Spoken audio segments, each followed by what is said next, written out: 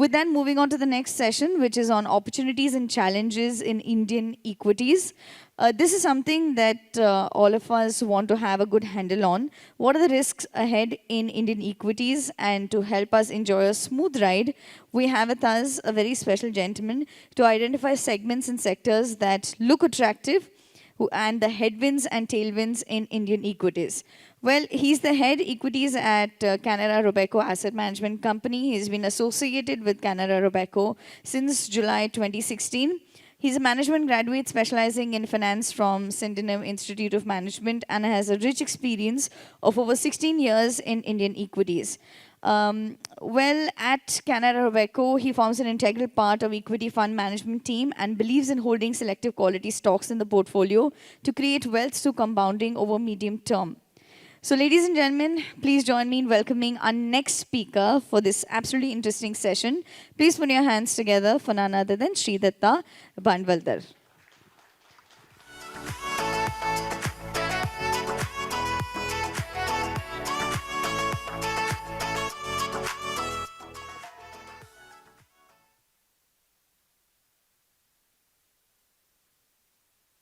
Audible properly? Yeah, okay, thanks. I was actually listening to the previous two audiences and it was quite insightful. So you are having a face today in terms of listening on different topics.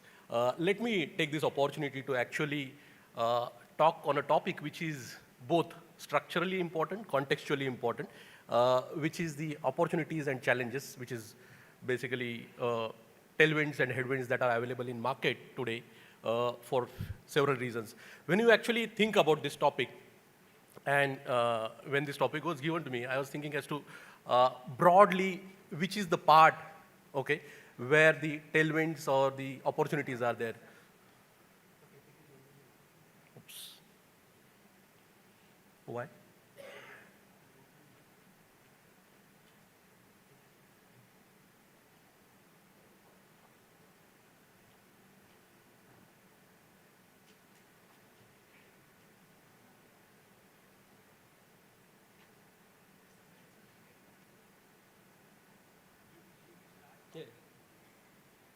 So, as usual, some technical issue, but nonetheless, so where are the opportunities? So when you look at the context, broadly the opportunities are present in the domestic market. And those opportunities have actually been present there or have come to fore largely because of what structurally has happened in the country for last 5 to 7 years. So that is the space where you have broadly the opportunities. Actually, your challenges are largely coming from external front. Not that there are no challenges domestically, but major amount of challenges are actually largely coming from the external world, which is the global macro. And it is critical, like my previous speaker was also saying, it is critical to understand what is happening globally because it has both implications. Implications in terms of what is going to likely to happen to earnings and implications to what is likely to happen to your flows, because ultimately they own 18–20% of your market, so their view and how they are allocating their capital and where they want to allocate their capital becomes critical.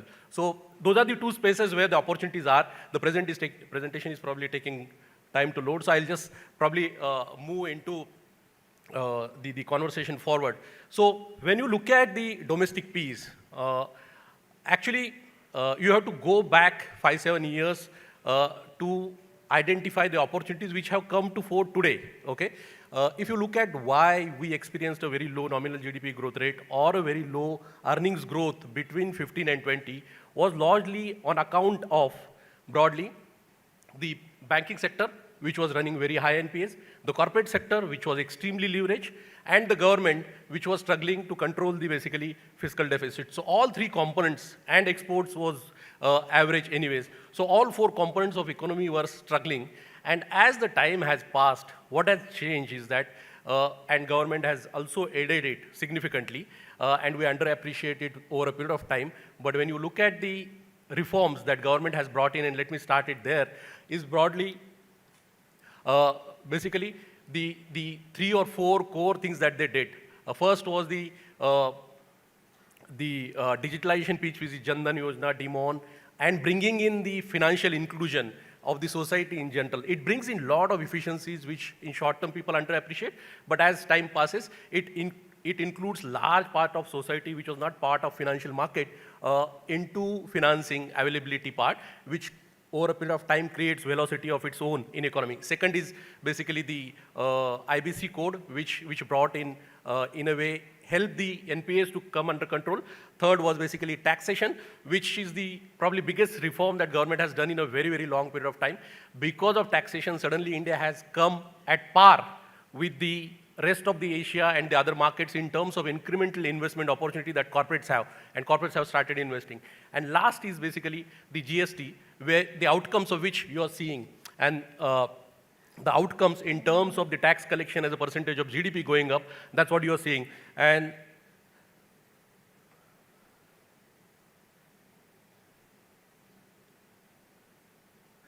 this is what I was referring to, that the first part is this is what exactly has played out. Now, why I actually alluded to this is for a very simple reason. We tend to see the outcomes. The outcomes have actually happened in last 1.5, 2 years or 3 years, even during the COVID, whereby what you are observing consistently is that the benefits of some of these reforms as well as deleveraging that happened on both corporate side and banking side has come to fore, and it is showing up in terms of numbers. So let me actually start with the first part.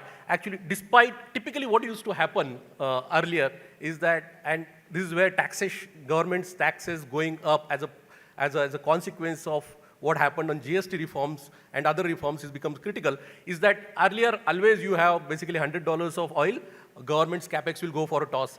This is the first time in the history of the entire independence India that the oil is at $100 or $90, whatever that oil price is, but the capex is still running at 10, 12% or 13% average growth, which it has consistently run during last 6 years. So there is no impact on that. State governments, of course, are struggling a little bit on this.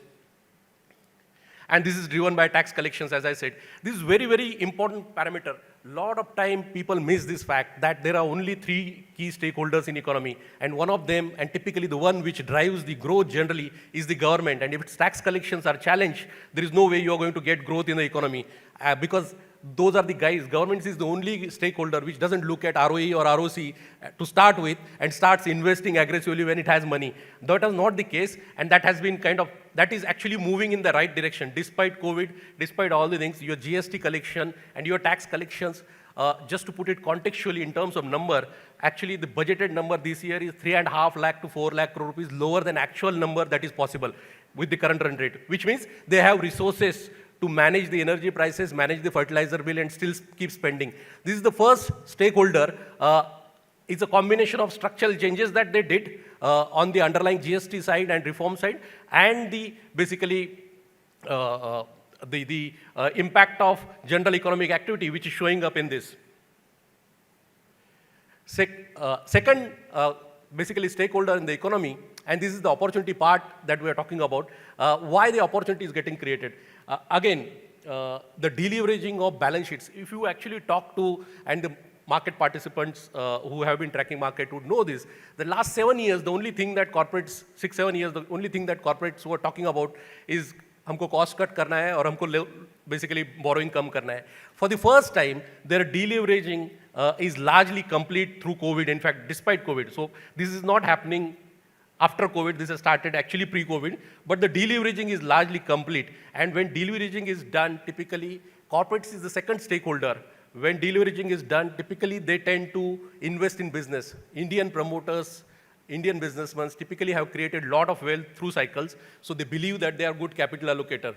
Okay, except IT, nobody is going to pay back you significant amount of dividend. Rest of the guys are going to invest. First, they delivered the balance sheets. Now they are going to invest in the businesses, and that's visible across sector. You look at chemical, pharma, APIs, engineering, particularly the China plus one side, which is the manufacturing piece of the economy. You are seeing the capex happening, but the first enabling factor for any capex to happen in economy is basically your balance sheets have to be in place. That enabling factor is in place. While there is global uncertainty, the direction is very clear. The pace might move differently depending on how your global context plays out and external demand plays out. This is the right-hand chart is actually very, very interesting chart. You can actually see how the cash flows are moving and how the capex has moved over a period of time, and that's why there is abundance of cash flows. In fact, yesterday also we were talking to a management. I mean, across the board, you talk to mid caps and large caps. A lot of companies are throwing up 300, 400, 500 crore rupees of cash flows annually, and they don't know what to do with it incrementally. So the only thing that they are going to do is invest back in the business because, as I said, they don't believe in paying. So this is an opportunity, huge opportunity.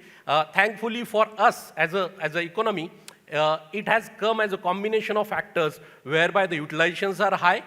China plus one is playing out. The balance sheets are good. So as a combination of all these things, you are going to get basically capex going. I have no doubt in my mind that over next 2-3 years, directionally, your capex, our investments from corporate side are going to go up. Of course, this is a different capex cycle as compared to the past cycles, but clearly, you are going to get that capex going. This is what I was talking about. It's already showing up in the capacity utilization, and the that number on the left-hand side is already touching 75. Any capex or any activity to happen in economy, you need to have banking system in place. Again, this is a very, very large pillar of the economic system, and your banking system is perfectly in place. Last year, same time, we told people that when 6% credit growth was running, that you can go into double digit. Most of the people actually said, that's not possible. Look at the credit growth. Last reported number is about 16% credit growth number. I'm not saying 16% is what is likely to sustain, but you have gotten into a system where the balance sheets are so clean, and incremental capex is happening, incremental consumption is happening, and government is running its own 10% capex growth. You're going to get into an environment, and elongated environment to that, because most of the entire banking system, and actually you look at top 10, 12 players, they're sitting on a tier 1 of 13, 14%. I'm not talking about the entire capital, just tier 1 of 13, 14%. That gives you first two stakeholders, which is government and corporates who are willing to spend, they are in a position to spend, and you have a third stakeholder, which is banking system, which is in a position to support that growth. If you had a scenario which was like last several years, you wouldn't get credit growth because the banks were just averse to lend. So it's very interesting, and I just want to highlight the left-hand chart here. Just look at what happened when the banking system was deleveraged. This is exactly what we saw. Between 2000 and 2005, you saw that deleveraging happening. Of course, at that point in time, you had a global synchronized upcycle. But nonetheless, you need that as a first parameter. You want to start the credit growth or economic cycle. So when you look at these parameters, the direction is very, very clear. The pace can be moderate or fast depending on how globe plays out. But as long as you look at this factor, it is very evident that your credit growth is going to move up, your capex is going to move up, your government capex is steady. So there is a clear-cut opportunity as far as the domestic piece of this equation is concerned. So, the last one is this debate keeps happening as to lot of places where we meet actually the stakeholders. They always keep cribbing about this thing that consumption, why consumption is will happen in this economy. We meet people and there is real stress. India is a two-part story. You have a formal part of the economy or those top 10, 20 crore people or 30 crore people, where I think the cash flows have further improved through COVID, with the real estates going up, with the market going up. In fact, I was actually just running through some data points, and I found a very, very interesting data point, that the listed space, okay, and this is the entire listed space, not even 500 companies, 1,000 companies, 1,500 companies, their average salary bill over 10 years, except if you have to just ignore that COVID period, has grown at a nominal GDP pace, which means their compensations haven't got impacted. Similarly, the second chart, the formalization of economy is actually happening. There was a period when basically public sector was the dominant force in the organized economy. If you look at that chart on the right-hand side, your private sector as a percentage of the GDP has consistently been moving up, which only tells you that the formalization of economy is happening. This household is a two-part story, basically, or consumption is a two-part story. You have the bottom pyramid of 70, 80 crore people, I guess, which are struggling, which will continue to struggle, and you have this first 20, 30 crore people, while only 1.5 crore or 2 crore people pay taxes. Those guys continue to do well, and those are the guys who are consuming. Fortunately, this time around, on the base growth rate of what these guys can consume, you have the two largest components of consumption, which is housing and auto, which are cyclically coming out of a cycle. Uh, you have had almost 6-7 years in both these sectors where the replacement demand itself will ensure that for next 2 to 3 years, you have cyclical upturn in these segments. And that's what is represented in some of the charts, like housing affordability and absorption, how it has moved up on the right-hand side.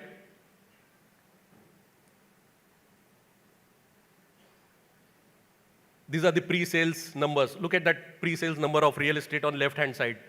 This is for top 20 companies in India in terms of their pre-sales number, in terms of revenues, how it has picked up. And on the right-hand side, you have basically the auto numbers, how they have started picking up. I have no doubt that just sheerly because where these sectors were for last 5-7 years, you are going to have kind of upturn in the numbers and continuous upturn in the numbers for next 2 to 3 years.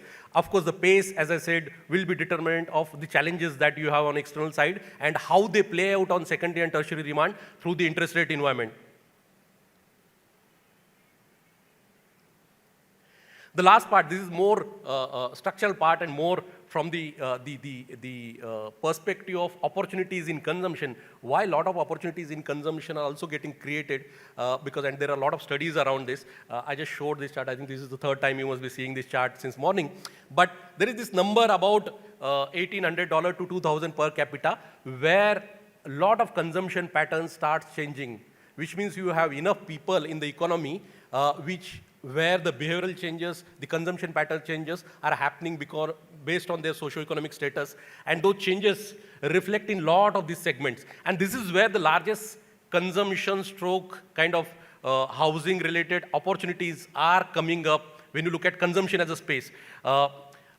It's not only that you have a organic growth of whatever that 6-8% or 10% in some of these categories. What you are having is basically a significant change in the way people are consuming and the significant way in the way some of these sectors themselves are getting organized. So for example, I'll just probably give one example.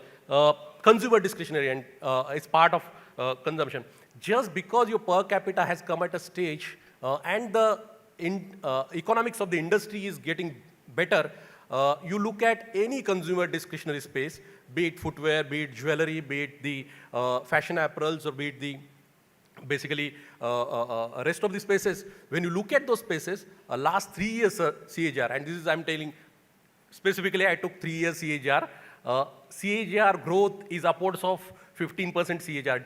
This is through COVID, despite some of these industry getting impacted. Why the changes are happening?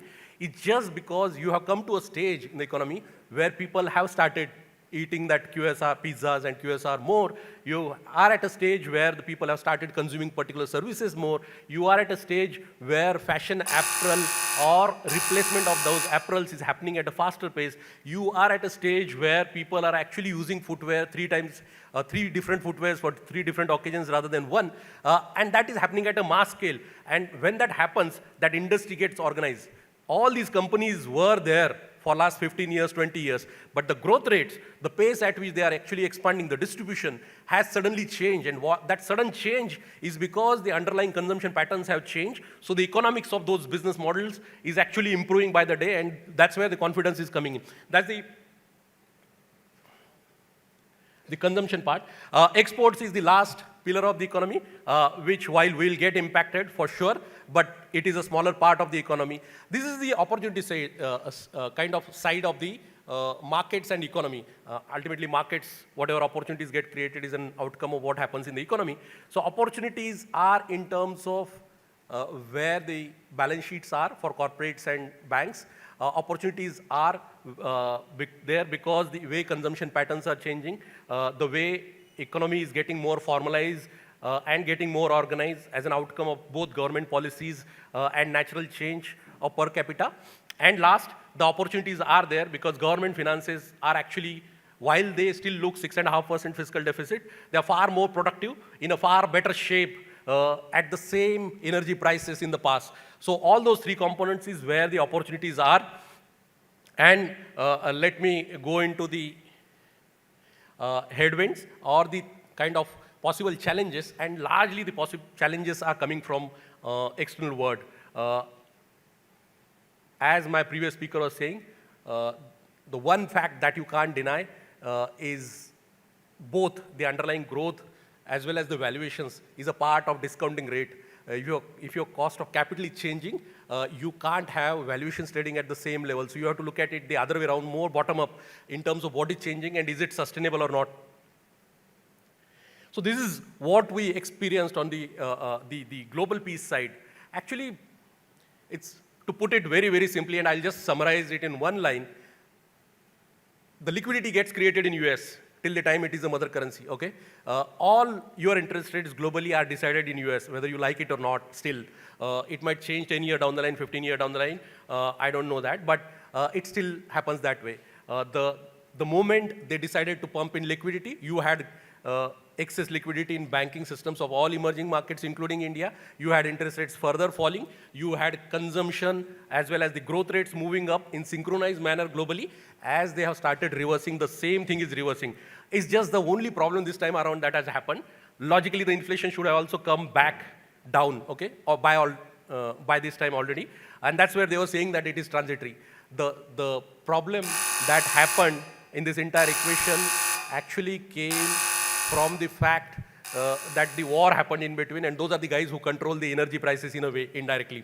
And that's why inflation is taking longer time to recede. But typically, and you can write it down actually, liquidity, okay, actually drives your trade cycle, that drives your price cycle, which is inflation. So at all point in time, you get liquidity, growth, and price or inflation in that sequence. Now you are in a reversal. You got liquidity reversing over last 1 year. That's what where you are seeing valuations are correcting globally.